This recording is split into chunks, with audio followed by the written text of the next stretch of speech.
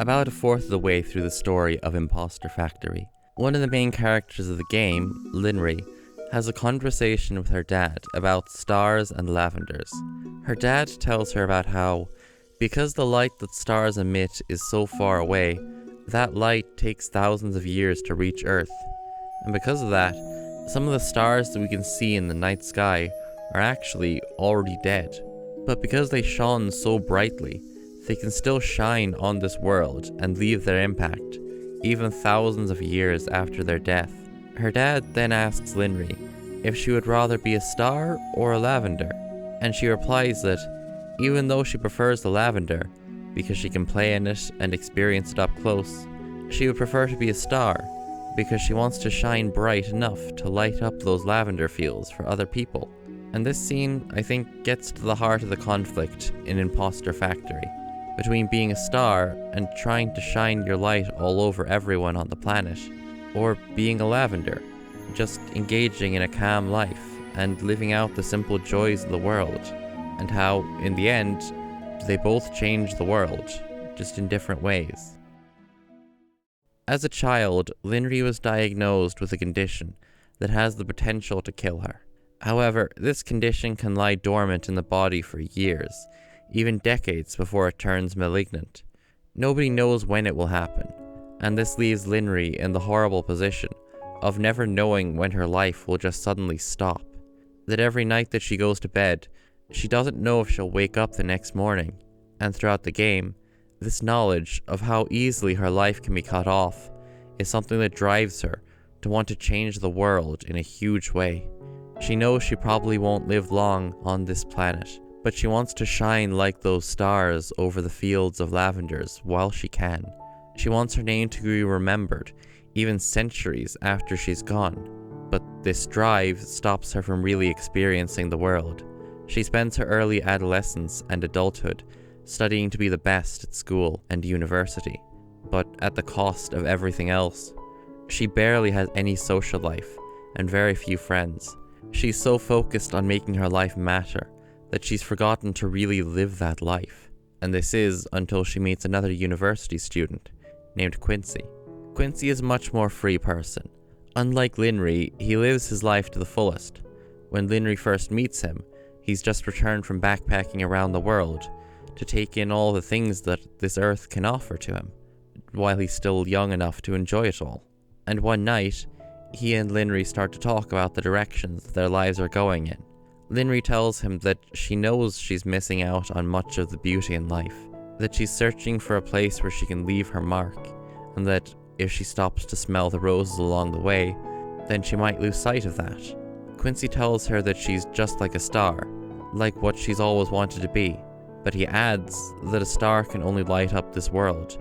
It can never be a part of that. Through that, confirming Linry's isolation. But even so, Quincy decides that if she won't go to the world, that he'll bring it to her. And he does this in a really sweet way, by building these little replicas of the landmarks that he's seen on his travels, just so that she can get some kind of taste of it all. And it's on the night that Quincy shows her those replicas that he tells her that he'd like to follow that road with her. He says that he'd like to keep her company and keep her from losing herself in her work, that he won't stop her from pursuing her path, but that he'll give someone to fall back on for support. I see Quincy here as being a totally normal person who has no grander aspirations to change the world, yet through his actions, he managed to actually change the world for at least one person, and he does that simply through being kind. Time goes on, and they both graduate and get engaged. Linry is offered a position in a prestigious corporation that researches memory modifications. She's doing exactly what she always wanted. She's working to change the world. But she soon finds out that changing the world has a price. The company that she's been working for hasn't been acting solely out of scientific curiosity, but instead they've been laboring on the behalf of private investors.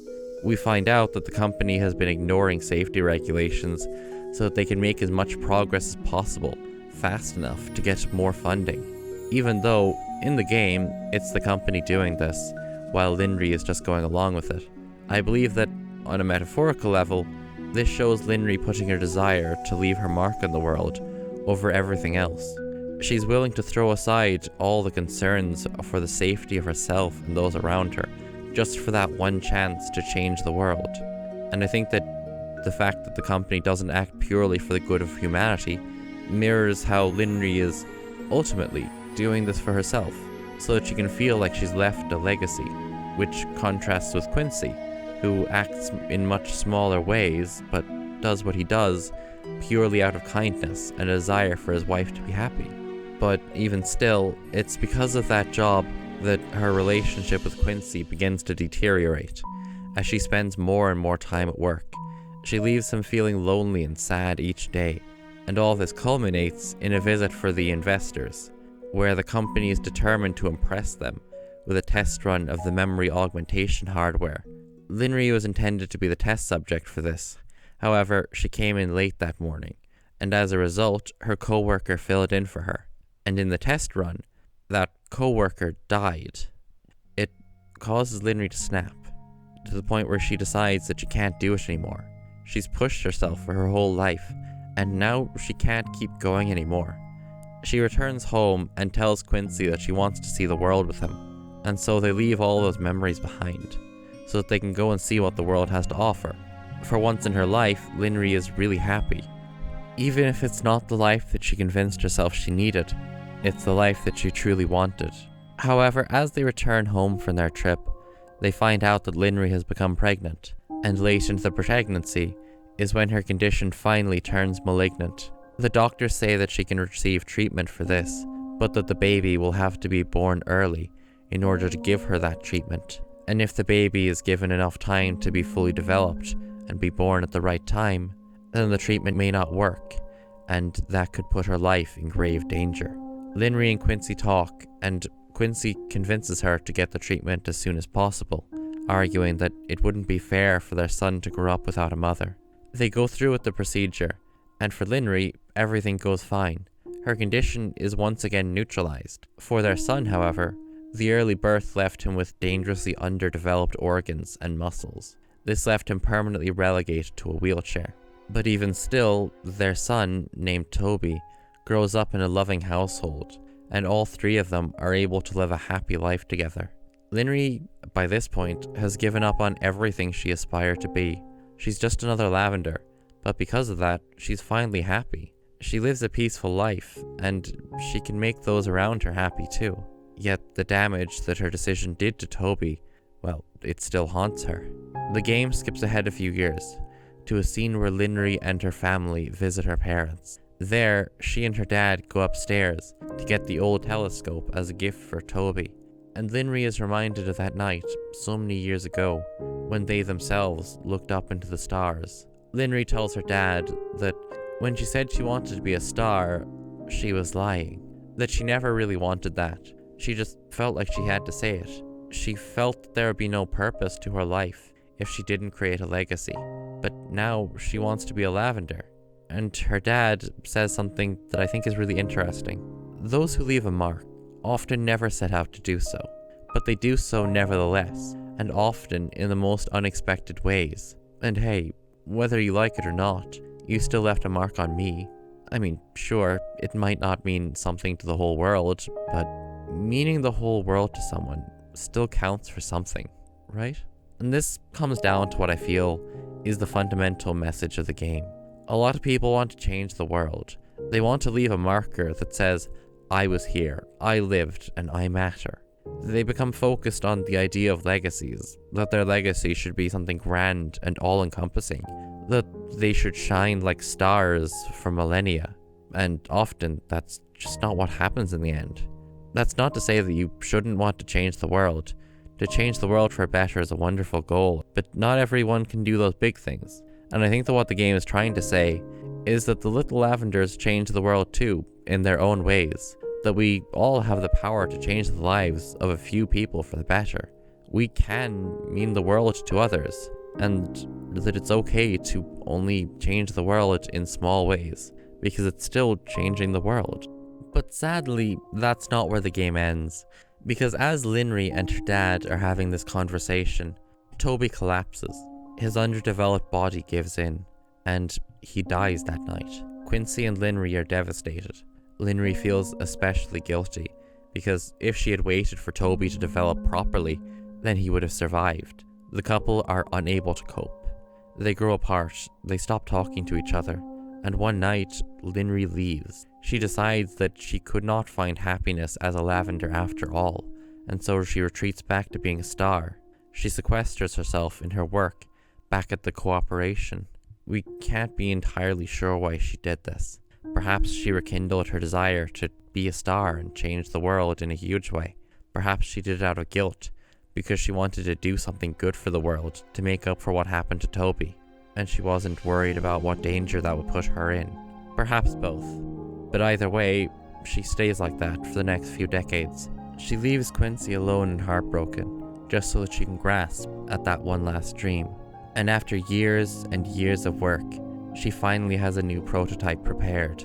And the night before it is once again intended to be shown to the investors, she gives it some final tests, and she begins running a simulation of an augmented reality.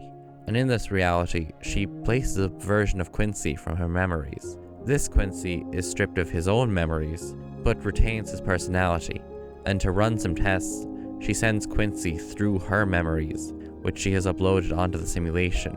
And it's through this Quincy that we play the game and explore Linry's memories. But Linry's simulation eventually begins experiencing a number of difficulties and starts to malfunction due to outside interference.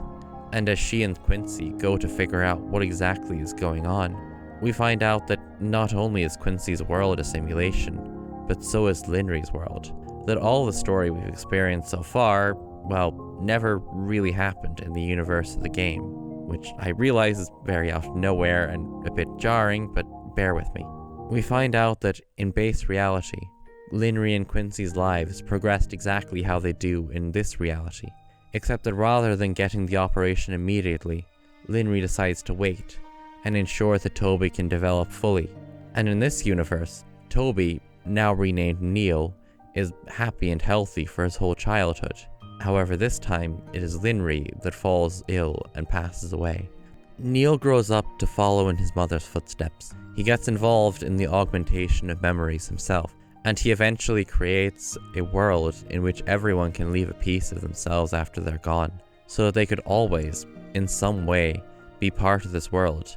We can see in other games which Neil plays a more prominent role that he is struggling with many of the same things that his mum was struggling with. He has taken it upon himself to become a star. But I think an important distinction to make is that Linry was working so that she could create her legacy, whereas Neil is working to create a better universe that his parents, even in a simulated form, could live out happy lives in. And I think that that's a really good message for the game to have. To explain what I mean there, you'll have to forgive me for going on a bit of a pseudo-motivational tangent, but I think that we all leave a legacy. It may not be grand, but it's ours. The little things that we do can have a real ripple effect on the world. So there's no need to worry about having your name remembered through history, because you've already left your mark. The worlds we live in are marked by the people who create them, not just the towering figures in history who ordered these worlds as creations, but the small figures who actually went out and built them. The roads we walk on, the buildings we live in, they are the mark that they left on this world. And every kindness that you do can be really important to the people around you. And every good action will change the world in small ways. That Star or Lavender, they both change the world. And Linry's kind action in giving her life so that Neil could live out all of his, it does change the world, because Neil is able to do what Linry never could. I guess what I'm trying to say from all of this is that you don't need to do an extraordinary thing to change the world. You have the power to do it at this very moment. I think that's a really nice message for the game to carry. Lavenders might not be extraordinary, but well, this world wouldn't be what they are without them.